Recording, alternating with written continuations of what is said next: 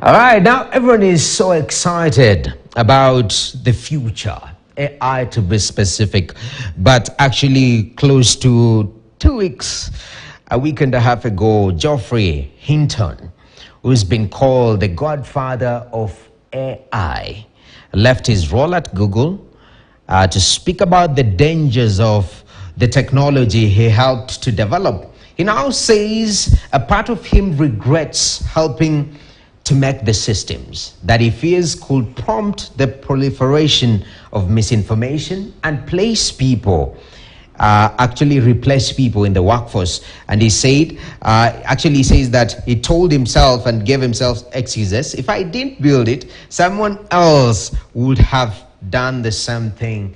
And this is the issue of the friction between conscience and technology. And right now I'm joined by my good friend and a senior reporter at the Economy Desk, Peter Theory, who is also nerdy in some quarters. Peter, you know, this stuff of AI is quite fascinating. Everyone is talking about ChatGPT and whatnot. But you see the godfather here, he's given it a bow. Should we be concerned?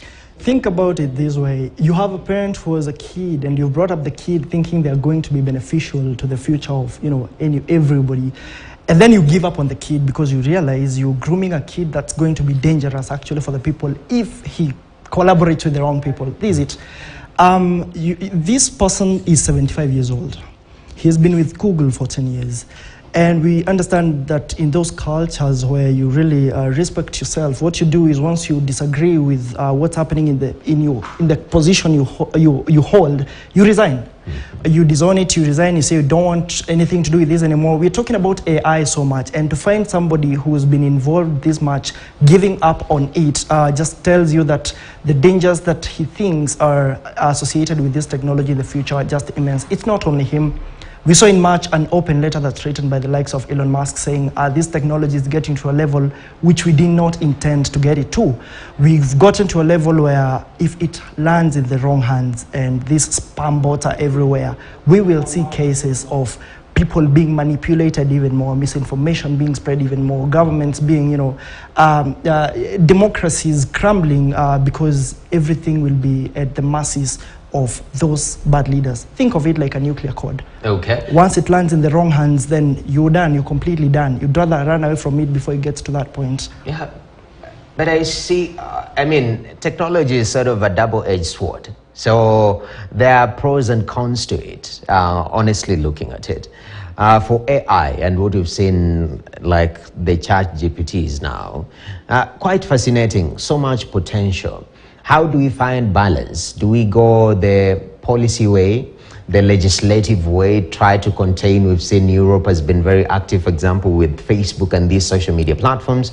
The other day we saw TikTok being questioned in the US Congress by their leaders. How do we find the sweet spot where humanity can benefit at the same time not be negatively impacted by this? There's something you said at the start of this. You spoke about morality versus technology. How is this going to help people versus what are the negative impacts to it? We've seen TikTok debated a lot in the past and how it's influencing young girls, young children to stop believing in themselves and to take drastic action to feel like they fit in society because of those unrealistic standards.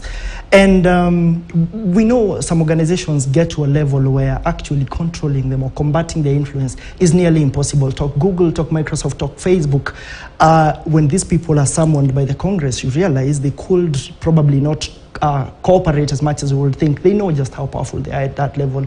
So at some stage, the biggest discussion right now is, can we do without AI? And because we have gotten to a point where we cannot, AI, robotics, Internet of Things, we're growing. We just can't go back down. Mm-hmm. The thing is, you look at how much we are able to do with what we have, how much we are able to probably prevent it from going to a level where it's going to, proliferate into the wrong people's hands.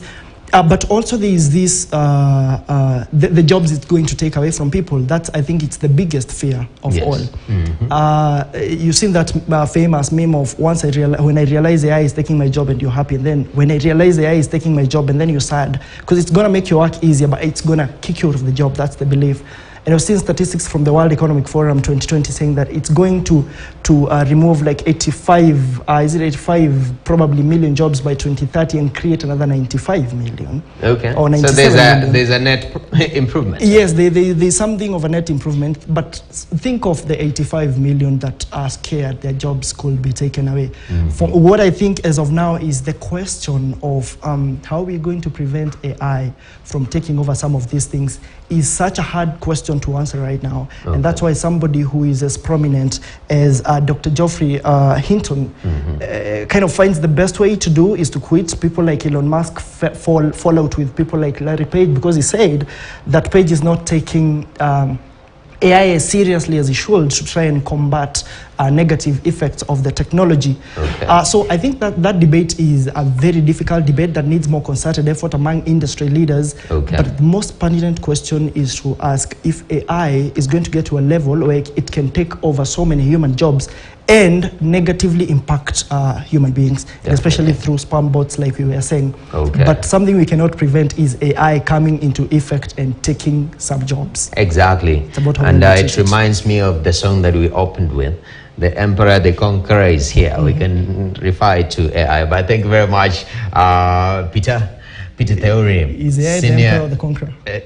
Maybe in this context, you never know. But I really appreciate it. Thank you for your time. Next time. Thank you. All right, thank you very much. So there we have Peter Theory, one of our senior reporters here. But at this particular moment, I'd like us to delve into BizChat, and one of the big stories actually today we have Dr. Alex Kamau, economist, entrepreneur. We also have